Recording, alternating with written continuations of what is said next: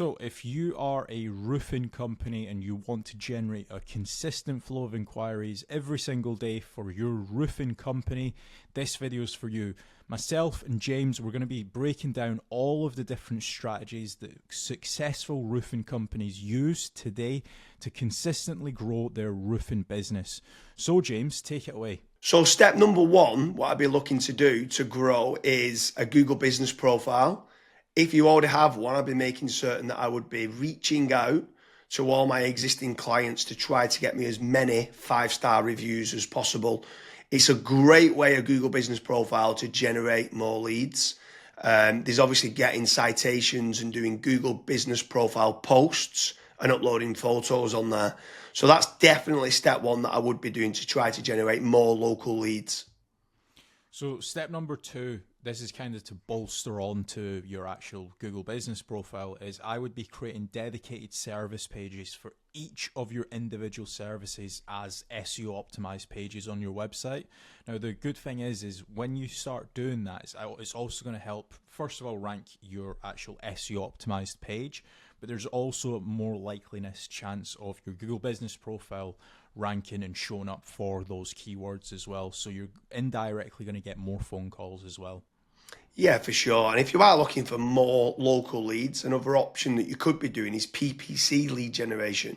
That's pay per click within Google or within Bing, where you're trying to target the bottom of the funnel keywords that can try to generate you some more inquiries.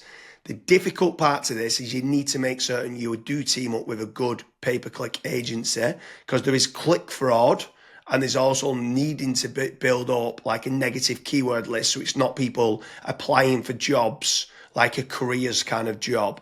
So PPC can work well, but it can, in the wrong hands, you can waste a lot of money, but it's another way of generating local leads. Yeah. And then after that, you've also got like meta ads as well. So like Facebook, Instagram, where the next time when somebody goes on to Facebook, they might be scrolling, they might see your ad. Now, there's a few different ways that you can set up Facebook ads. You've obviously got option A, which is like lead forms, which is like really easy to do. They don't even leave the Facebook platform, like they never click onto your actual website. Now, the issue with lead forms is that the quality might not be great, but you can obviously add more questions in to try and up that quality of the actual lead. Then you've also got conversion ads as well, where that actually gets sent through to your website, and then they fill out the contact form to you or on your website as well. So you've got a couple different options there that you can do. Yeah, for sure. And then another way to grow more local leads could be organic social media. So posting regularly on Facebook, on Twitter, on YouTube, on Pinterest, on Instagram. There's lots of different platforms out there that you can be trying to get there. Reddit's quite big nowadays. In Quora, it's quite big. If people have got questions and you can answer it. So organic social media is another great way to be generating more local leads for your business.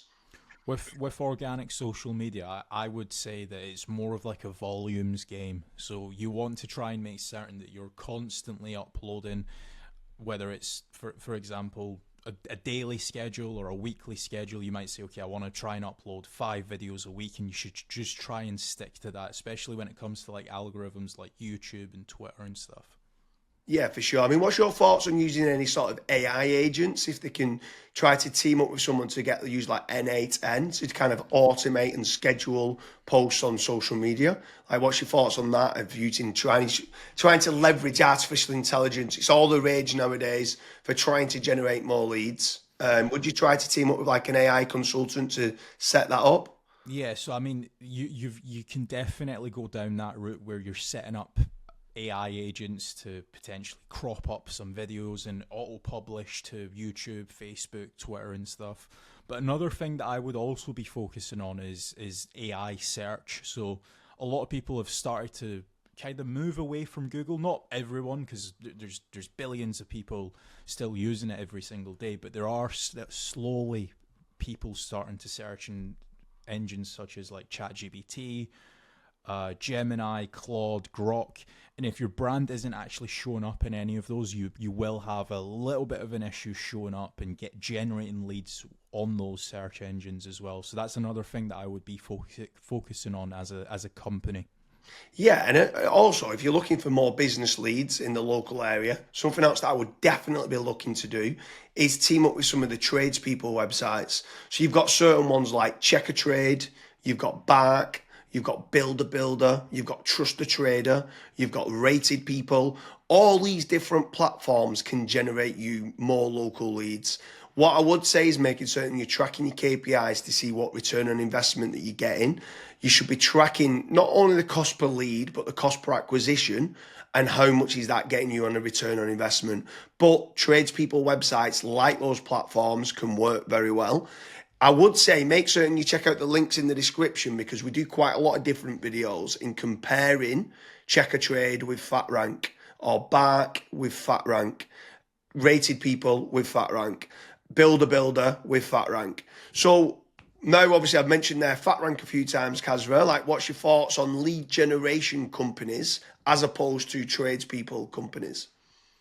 Yeah, so with lead generation companies, I would almost say that every single lead generation company, you want to try and do your due diligence. So make certain that if you are in a specific niche, that lead generation company has actually generated leads in that industry before. I would also maybe even have like a strategy call with them and say like, okay, this is my budget, this is how many leads I ideally want, etc. To make certain that if your actual KPIs do align with that lead generation company, you also want to make certain that what type of leads are they? Are they exclusive leads? Are the leads only going through to yourself? Or are they, for example, shared leads, which that's what a lot of other lead generation tools and lead generation companies do. Like, for example, Bark and Check a Trade and stuff. Whenever myself and James have spoke to company owners that have used those services, that's one of their biggest pain points where they say, yeah, it's a shared lead and it's kind of a rat race down to the bottom of who's the cheapest, basically. So that's a couple things that I would be asking lead generation companies before partnering up with them. Yeah, for sure. I mean, if anyone is interested in generating more local leads, I strongly recommend heading over to fatrank.com, where we have a commission-based lead generation service. That means you only pay a finder's fee on converted jobs. You have nothing to pay on the pay per lead. You have nothing to pay until you get paid, until you convert that job on a pay per sale basis and you've completed the job and been paid. That's when you only have to pay fatrank.com. So head on over to fatrank.com to see whether you qualify. But I want to kind of expand a little bit further, right? So what is your thoughts on inbound lead generation versus outbound lead generation? So I always prefer inbound. The conversion rate of not just getting the lead, but the lead actually converting into a paying customer, into money coming into your business bank account is a lot higher. The last stat that I saw for that was something like 16.1% end up converting into a paying customer, as opposed to 1.4% when it's a outbound lead. Yeah, that's pretty So crazy. That's like a 12, but yeah, it's 10, yeah, 12 times more conversion. yeah, Like it's exactly. crazy how much more conversion that is. You need to do a lot of volume for kind of outbound, whether it's cold calling or cold email or like LinkedIn Sales Navigator and stuff like that. And sometimes you just need a lot more staff to do it as well. And people sometimes don't. They're looking at the cost going, I want to generate free leads. And they're like they think they're generating free leads, but they still cost of like the email sending, still cost of then the sales team try to convert them and stuff like that. So yeah, I completely agree with you that inbound leads is so much better than kind of outbound leads. But when what's your thoughts then on some people ask the question that come through that want local leads and then they talk about are these real-time leads? Like, is real-time leads very important to get? So as soon as they inquire, it comes through to you straight away. Yeah, it's very important. I think the last stat that obviously we this was internally that we saw was if you are able to get a real time lead, it converts 60% higher than was it 60 or 65%? 60, I think like 63% higher. And Right. when we came and got the KPIs down, it was like trying to respond in under a minute, and it was like, what? We used to think Yeah. 5 minutes was good, and then when people respond in under a minute, so inquiry comes in, can you either ring them or email them back saying thanks a lot for the inquiry, and then getting more information?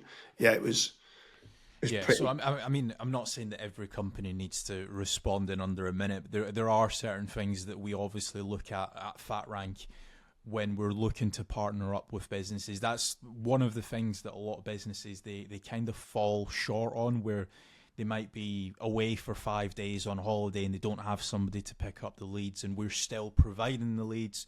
So there's all these little different nuances that we look at when we are partnering up with companies. But the best thing that I would recommend to anyone that's looking to scale their business, that's looking to get a consistent flow of in high quality leads, is just fill out the form at FatRank. The team will tell you if you're the right fit or if you're not, and we'll also tell you and give you feedback why you're not the right fit and what you should do as your next steps. So I hope you like all the different strategies to generate more leads for your roofing company. There's a lot of different types of roofing leads that can be generated, whether it's roofing repair leads, roofing maintenance leads, it could be retiling roofs and stuff like that. It could be flat roofing leads. Head on over to fatrank.com. We work with a lot of different roofing companies and hopefully can work with you to generate you more roofing leads.